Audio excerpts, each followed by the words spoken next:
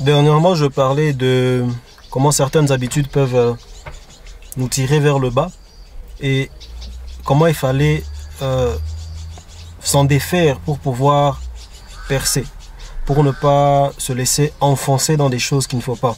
Et il y a un ami qui m'a posé la question de savoir, il m'a dit très bon contenu et tout, il m'a posé la question de savoir, oui, mais comment faire? Alors, ce que j'aimerais faire, c'est d'abord raconter une petite histoire et puis après, je vous montrerai comment cette histoire peut aider à comprendre quelque chose de très important en ce qui concerne le fait de se défaire de certains liens qui peuvent nous briser, de briser certains liens qui peuvent nous briser. En fait, le truc, c'est quoi? Dans cette histoire, il y a un petit garçon qui revient de l'école et qui a fortement échoué. Mais ce petit garçon, c'est une chose, son père, ses parents sont des gens extrêmement brutaux. Il se dit, si je rentre avec ce bulletin à la maison, c'est foutu pour moi. On va me casser, on va en finir avec moi. Je sais que certains d'entre vous, en tout cas de la génération des années 80-70, savent de quoi je parle.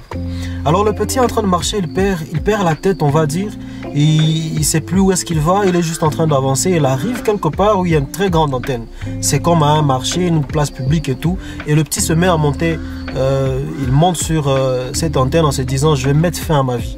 Je vais alléger mes souffrances. Et personne ne tire attention jusqu'à ce qu'à un moment, quand le petit est déjà au-dessus, il crie parce que la peur lui revient, il se dit mais qu'est-ce que je suis en train de faire? Et il crie.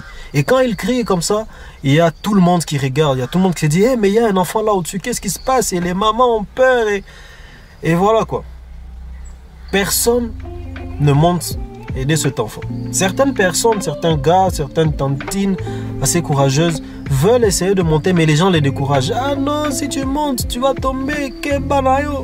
Comme attaquons Nicolas, il y a mon boulot, pas si. Tu vas tomber, tu vas te dire, hey, n'y va pas. Et personne ne monte. Jusqu'à ce qu'à un moment, un gars arrive à l'endroit, il voit un attroupement et se demande, mais qu'est-ce qui se passe ici? Et puis il regarde, il voit que tout le monde regarde au-dessus, il voit, ah, il y a un enfant qui est coincé. quoi? Il y a un enfant qui est coincé là-haut. Et le gars se met à passer à travers les gens. Il bouscule le monde, il passe. Il se dit, mais c'est quoi tous ces gens? Personne ne monte. Les gens se demandent, il passe, il monte, il commence à monter. Les gens le tiennent, les gens essaient de le tenir par son pantalon. Les mamans crient, elles pleurent, elles se disent qu'il y aura 2 morts. Mais le gars monte. Les gens crient, les gens le découragent. Descends, attends les autorités, attends je sais pas qui. Le gars monte. Le gars monte, il monte, c'est difficile, mais il arrive au sommet. Il arrive au sommet et récupère le petit. Il attache bien le petit sur lui et il se met à descendre. Il trébuche de temps en temps. Les gens crient, ah, les gens font du bon, t'avais dit. Maintenant voilà, vous allez mourir tous les deux. Mais le gars se ressaisit. Il se met à descendre. Jusqu'à ce qu'il arrive en dessous. Et les mêmes personnes qui criaient, qui lui disaient, ne monte pas. Les mêmes personnes qui essayaient de l'empêcher de monter se mettent à l'applaudir, à le glorifier, à le taper des... Ah, bravo, kaka, en tout cas, yo, osamakas. Ce qui est marrant, c'est que les gens observent le gars ne réagit pas. Et c'est quand ils tirent attention qu'ils se rendent compte que le gars est sourd. Le gars était sourd, les gens il n'entendait rien. Il voyait les gens gesticuler, il se disait hey, on est en train de m'encourager. Il faut que je monte. Ah, il y a des gens qui essaient de me bloquer, mais les autres sont en train de m'encourager. Ah, il faut que je fasse des efforts, il faut que je monte. Tout ça pour te dire quoi?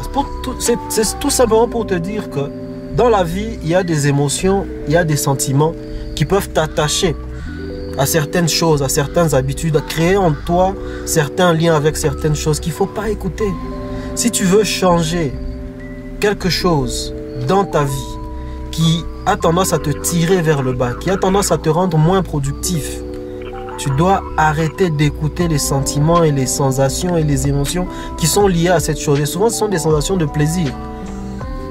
La négligence n'est pas toujours causée par quelque chose de désagréable. Les gens qui sont souvent négligents sont négligents parce qu'ils ressentent un petit plaisir dans le fait de s'asseoir là et ne rien faire. Il y a toujours un petit plaisir dans le fait de faire certaines des choses, d'ailleurs beaucoup des choses qui nous tirent vers le bas. sont cachés derrière des choses qui nous font plaisir. Donc la question que moi j'aimerais poser, pas seulement à mon gars, mais à toi Tantine et à toi tonton qui est en train de me suivre.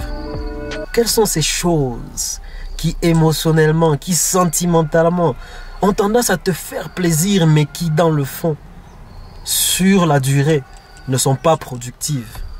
Il faut que tu t'en détaches. Sois sourd par rapport à ces histoires-là. Ne les écoute pas. Elles te tirent vers le bas. Ne les écoute pas. Force à toi, paix à toi. Et que l'année 2014 qui va bientôt commencer soit une année où tu vas frapper fort. Où tu vas monter. Où tu vas grimper.